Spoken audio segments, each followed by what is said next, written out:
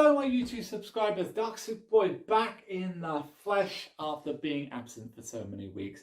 I do apologise, I was having a lovely holiday as some of you may know from watching previous videos, but I'm going to be back in action doing weekly videos for the foreseeable future. It won't all be Young Justice due to we're still waiting for the green light, but there's Star Wars stuff and other things lined up for the rest of the year, so please keep watching. But in the meantime, as I went to San Diego Comic-Con and had an amazing time, I thought I'd do what I did last San Diego Comic-Con and do a top 5 of my best moments at the convention.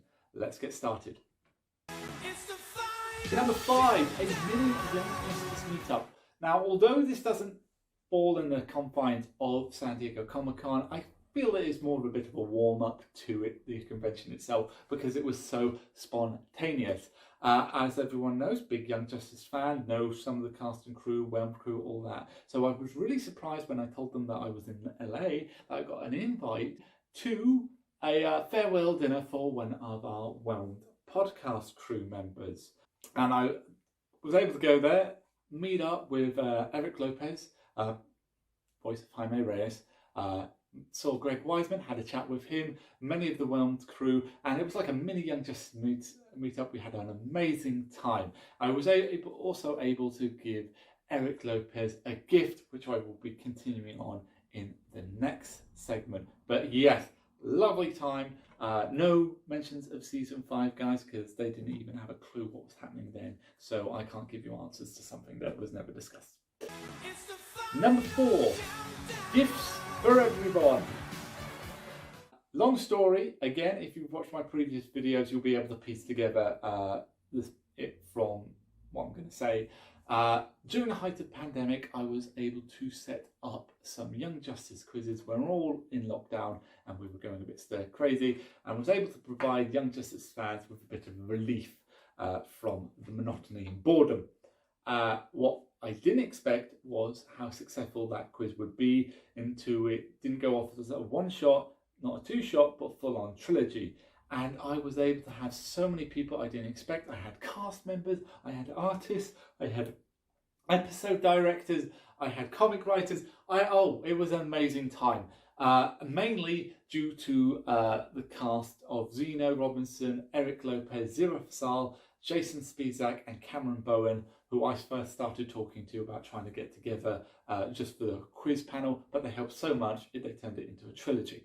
So I thought I'd give back to them for that help by giving them gifts once I finally made it all the way to America, and I was able to actually issue some of them out.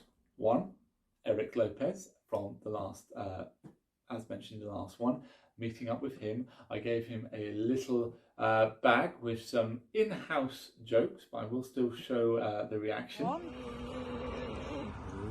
Issue them at your own will. Oh, look at this! Oh man, look at you!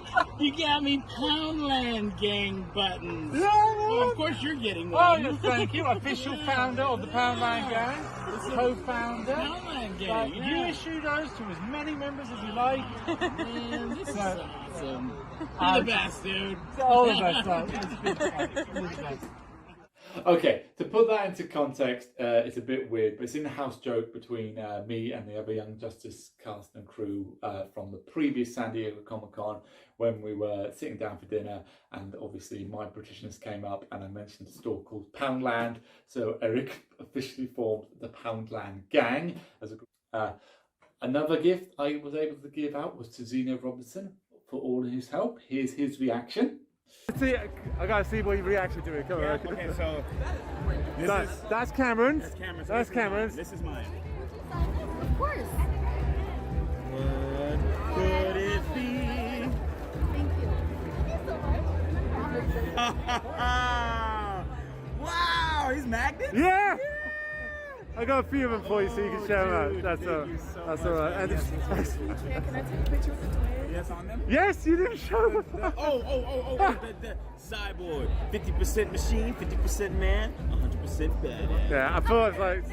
So each gift is all individual, tailor-made, what, in my opinion, what they think they'll like. There's also a gift I gave to Zeno for Cameron Bowen, who was actually sick at the time, so he couldn't do any meetups. And Eric has something for Zira and something for Jason. So it's in Eric and Zeno's hands now. I want to see your reactions, but if they're lost, they're not on my hands. Please, God, let them not be lost. Number 3, Hall H Adventures. When I say this moment was a long time in the making, I mean it was a long time making in just one day. 12 hours of queuing just to get into Hall H. And the queuing itself was not easy. 3 hours of trying to find my spot with a group I'd saved a spot with, who I could not find, so they booted me out of it, so I had to stay at the back, waiting 6 hours before they even started out in bands, and in the final 3 hours, hand counting every person between my spot and the band holders to see if there was enough people, to the point I became a bit of a Hall H Twitter celebrity as the British counting dude. So I finally managed to get into Hall H and the experience was amazing. Black Adam panel, Star Trek panel with the legendary Patrick Stewart, Marvel, House of Dragons panel, which I managed to get a question in.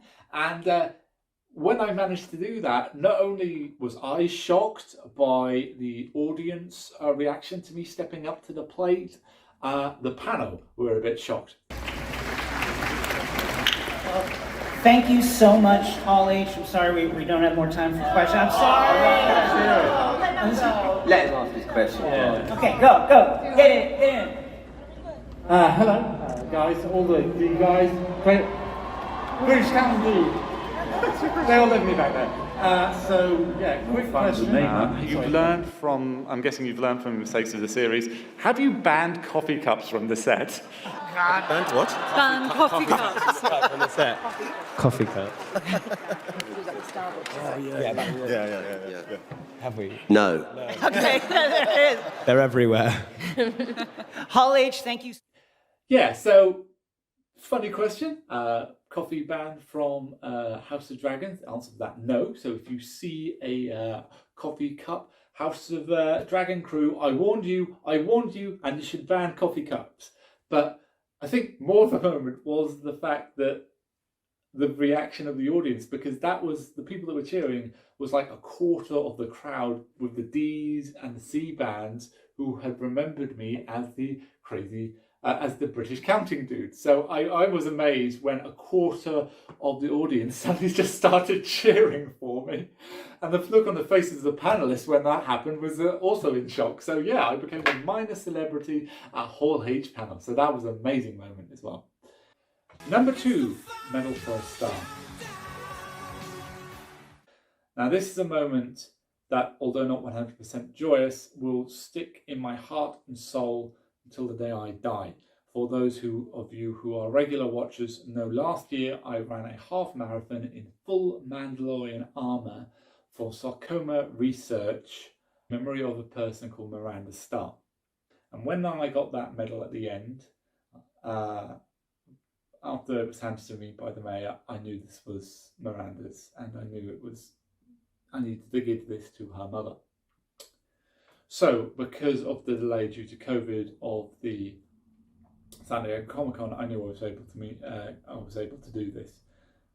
I packed the medal with my luggage, brought it with me to San Diego Comic-Con, wore the exact same outfit and armour that I ran the half marathon in, and I walked up to Miranda's mother and handed her the medal and said that this was hers and Miranda's, and she cried. She was overwhelmed.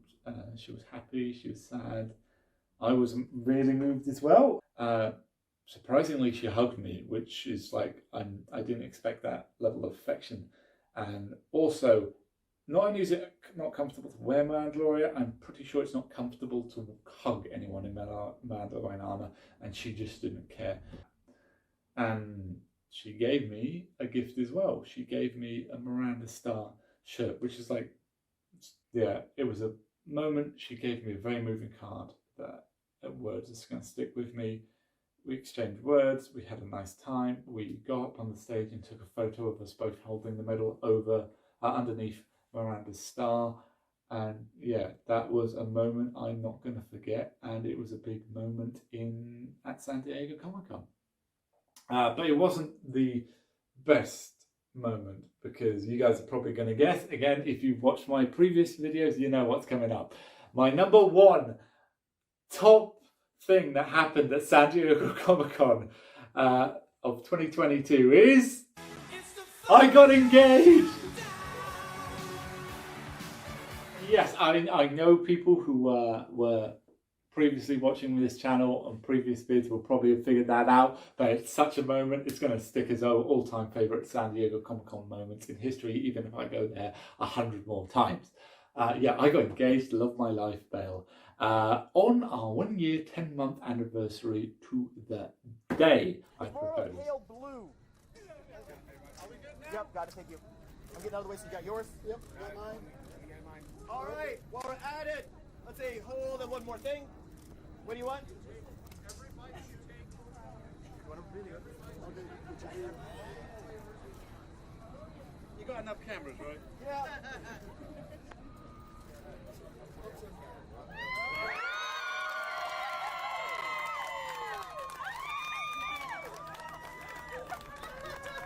The day before, I was trying to organise this like mad. I managed to get in contact with the Disney organiser. Thanks to contacts I had made as being a minor celebrity in the Hall H Twitter feed, got to talk with him and say, hey, I want to propose. Can I borrow your setup? Because it's going to be all the Disney characters meeting up and proposes. There's going to be a bunch of cameras.